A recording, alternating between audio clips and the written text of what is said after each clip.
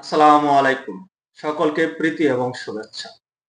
আমাদের অন্তর্বর্তী সরকারের আইন উপদেষ্টা আসিফ নজরুল স্যার, তিনি আজকের এই দিনে এসে ৭১-এর পরাজিত শক্তি সেই পাক হানাদার বাহিনীকে দায়ী মুক্তি দিয়েছেন। তিনি আজকে বলছেন শেখ হাসিনা যে অপরাধ করেছে, যে জঘন্যতম অপরাধ করেছে, এমন অপরাধ ৭১ সালে পাক হানাদার বাহিনীও করে নাই। এতে কি প্রমাণিত হয়? আসিফ নজরুল পাক হানাদার বাহিনীকে দায় মুক্তি দিল। তিনি বোঝাতে চেয়েছেন পাক হানাদার বাহিনী যে ধরনের অপরাধ করেছে সেটি তুচ্ছ অপরাধ। এই বাংলাদেশে শেখ হাসিনা জুলাই আগস্টে যে হত্যাকাণ্ড ঘটিয়েছে সেটির কাছে ৭১-এর ঘটনা তুচ্ছ। ছি, এমন জঘন্যতম কথা কেউ বলতে পারে? এমন মিথ্যাচার কেউ করতে পারে? শেখ হাসিনা জুলাই আগস্টে কি করেছে এটি বাংলাদেশের সকলে মোটামুটি অবগত। শেখ হাসিনার বিরুদ্ধে মামলা চলমান রয়েছে, সেখানে শেখ হাসিনাকে দোষী সাব্যস্ত করে সাজা দেন, শেখ হাসিনার বিচার করেন। এ নিয়ে তো কেউ কোনো মন্তব্য করছে না। কিন্তু শেখ হাসিনার কথা উল্লেখ করতে গিয়ে ৭১-কে কেন খাটো করা হচ্ছে? আপনারা কি বাস্তবায়ন করতে চাচ্ছেন? এই আসিফ নজরুলরা বাংলাদেশে কি বাস্তবায়ন করতে চাচ্ছে? তাদের প্রকৃত উদ্দেশ্য কি? তারা কি ৭১-কে মুছে দিতে চাচ্ছে? না হলে তিনি এই ধরনের কথা কেন বলবেন? তিনি শেখ হাসিনার বিষোদ্গার করতে পারেন, শেখ হাসিনা নিয়ে সমালোচনা করতে পারেন, শেখ হাসিনাকে ডাইনি বলতে পারেন, শেখ হাসিনাকে ফ্যাসিস্ট বলতে পারেন, অনেক কিছু বলতে পারেন, যা খুশি তাই বলতে পারেন। কিন্তু এই ঘটনার সাথে ৭১-কে জুড়ে দিয়ে ৭১-কে কেন খাটো করা হচ্ছে? এতে কি এটি প্রমাণিত হয় না এই আসিফ নজরুলরা ৭১-কে মুছে দিতে চাচ্ছে? ৭১ নিয়ে তিনি প্রপাগান্ডা ছড়াচ্ছেন, এই নতুন প্রজন্মকে ভুল মেসেজ দিচ্ছেন। ৭১-এ কি না ঘটেছে? ৭১-এ ৩০ লক্ষ মানুষকে শহীদ করা হয়েছে, ৭১-এ ২ লক্ষ মা বোনের সম্ভ্রম হানি করা হয়েছে, নির্বিচারে মানুষকে হত্যা করা হয়েছে, রাতের অন্ধকারে সাধারণ মানুষের উপরে পাক হানাদার বাহিনী ঝাঁপিয়ে পড়েছে। সেটির সাথে তিনি শেখ হাসিনার জুলাই আগস্টের কর্মের সাথে তুলনা করছেন। এই আসিফ নজরুল সাহেবরা কোন ধরনের এজেন্ডা বাস্তবায়ন করতে চাচ্ছে?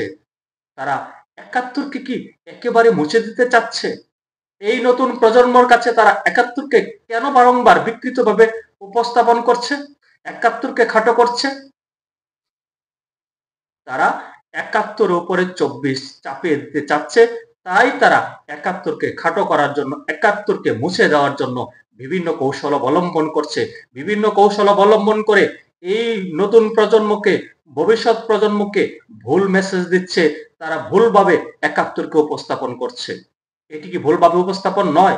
তিনি কি এখানে এভাবে কথাটি বলতে পারেন শেখ হাসিনার মতো অপরাধ পাকিস্তানি হানাদার বাহিনীও করেনি? শেখ হাসিনা যে অপরাধ করেছে এটা শেখ হাসিনার অপরাধ। এটা ৭১-এর সাথে মিশানোর কি প্রয়োজন? ৭১-কে এখানে তুলনা করার কি প্রয়োজন আছে? খুব বেশি প্রয়োজন আছে? প্রয়োজন একটা ক্ষেত্রে আছে, সেটি হলো ৭১-কে মুছে দেওয়া। ৭১-কে যখন খাটো করে কথা বলা হয়, ৭১-কে মুছে দেওয়ার যখন পায়তারা করা হয়, তখন কিন্তু সেটি আর সহ্য হয় না। তখন ধৈর্যের বাঁধ ভেঙে যায়। তখন আর মনের ভিতরে কোনো ভয় কাজ করে না। তখন প্রতিবাদী হয়ে উঠতে মন চায়, প্রতিবাদী হয়ে কথা বলতে মন চায়। কারণ ৭১ আমাদের রক্তের সাথে মিশে আছে, ৭১ আমাদের অনুভূতি, ৭১ আমাদের বাংলাদেশ। সেই ৭১-কে এই আসিফ নজরুলরা মুছে দিতে চাচ্ছে। এই কথাগুলো বলার পরে হয়তো অনেকে ক্ষিপ্ত হতে পারেন, আসিফ নজরুলরা ক্ষিপ্ত হতে পারেন, আপনারা হতেই পারেন, তাতে কিছু আসে যায় না। ৭১ নিয়ে যখন আপনারা এই ধরনের উদ্ধত্যপূর্ণ বক্তব্য দেবেন, সেটার প্রতিবাদ যদি না করি তাহলে এদেশের মাটির সাথে বেইমানি হয়, এই দেশের স্বাধীনতার সাথে বেইমানি হয়। আমরা স্বাধীনতার সাথে বেইমানি করতে রাজি না। স্বাধীনতার প্রশ্নে আমরা আপোষহীন। স্বাধীনতাকে যারা বিকৃত করে এভাবে মন্তব্য করছে তাদেরকে বলতে চাই, আপনারা যে এজেন্ডা বাস্তবায়ন করতে চাচ্ছেন, আপনাদের মনের সেই স্বাদ এই বাংলার মাটিতে কোনোদিন পূর্ণ হবে না। আপনি ৭১ নিয়ে কেন কথা বলবেন? ৭১-কে এই ২৪-এর সাথে কেন তুলনা করবেন? শেখ হাসিনার কর্মের সাথে কেন তুলনা করবেন? শেখ হাসিনার অপরাধের জন্য শেখ হাসিনার বিচার হবে। শেখ হাসিনার বিরুদ্ধে যদি আপনারা অপরাধ প্রমাণ করতে পারেন, শেখ হাসিনার বিচার হবে, বাংলাদেশে প্রচলিত আইনে বিচার হবে। আপনাদের বিচারিক ব্যবস্থা নিয়েও নানান প্রশ্ন, সেদিকে নাই গেলাম। শেখ হাসিনা জঘন্যতম ব্যক্তি, শেখ হাসিনা খুনি, শেখ হাসিনা ফ্যাসিস্ট, শেখ হাসিনা স্বৈরাচার, সব ঠিক আছে, কিন্তু এটার সাথে ৭১কে কেন তুলনা করলো? এই আসিফ নজরুল কিভাবে ইনিয়ে বিনিয়ে কথা বলেছেন সেটি আপনাদেরকে একটু পরে শোনাই। আসিফ নজরুল বলেন, শেখ হাসিনা ও তার দোসররা বাংলাদেশে যে অপরাধ করেছে, আমি সরি, আমার মনে হয় ৭১ সালে পাকিস্তান বাহিনী এত জঘন্য অপরাধ করেনি। মৃতদেহ পুড়িয়ে ফেলা, আহত মানুষকে গুলি করে মেরে ফেলা হয়েছে।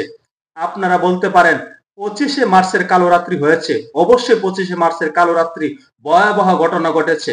এটা তো অন্য দেশের বাহিনী, আমরা স্বাধীনতা ঘোষণা করেছি তারপর। আসিফ নজরুল বলেন, ৭১ সালে ডেড বডি পুড়িয়েছে এমন ফুটেজ দেখি নাই। একজন আহতকে নিয়ে যাচ্ছে এক বন্ধু, সেখানে গুলি করা হয়েছে এমন ঘটনা কোন মুক্তিযুদ্ধের মুখে শুনি নাই। এর বিচার যারা করবে না তারা আল্লাহর কাছে দায়ী থাকবে।